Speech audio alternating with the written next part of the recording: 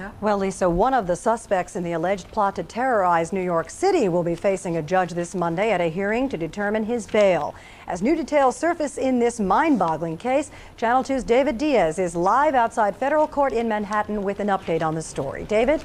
Yes, Carol, and the suspect who is to have a bail hearing later this afternoon is named Abdelghani Fadil. Now, his was the last name added to the federal complaint last week when he, along with 7 others, were arrested in connection with this alleged conspiracy.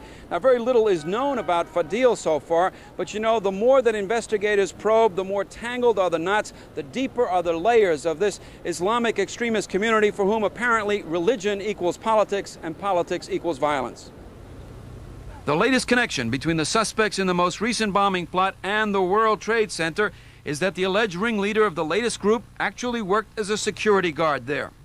Siddig Ali allegedly lists a job working for the federal government at One World Trade Center in the offices of the Federal Home Loan Bank in his resume. In that resume, he boasts he was responsible for, quote, monitoring electronic surveillance systems and traffic surveillance of the premises.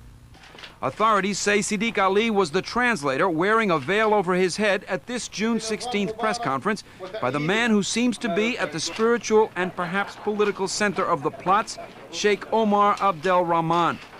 But one man who evidently had gained the confidence of both is a former Egyptian army officer, Emad Ali Salem, who has now widely been identified as the informer that enabled investigators to crack the latest alleged conspiracy.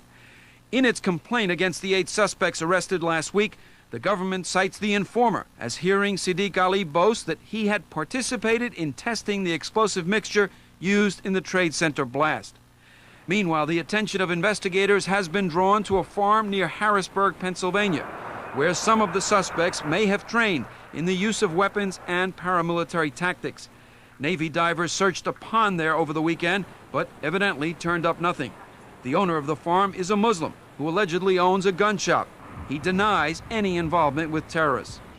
And investigators are reportedly looking into links between the foreign-born Muslim extremists and African-American Muslims. In particular, they are reportedly interested in Rodney Hampton, the only one among the suspects born here, and an organization known as Fukra. That is the Arabic word for the poor. The organization that bears that name is reportedly composed of American black Muslims and is being investigated in connection with a series of murders.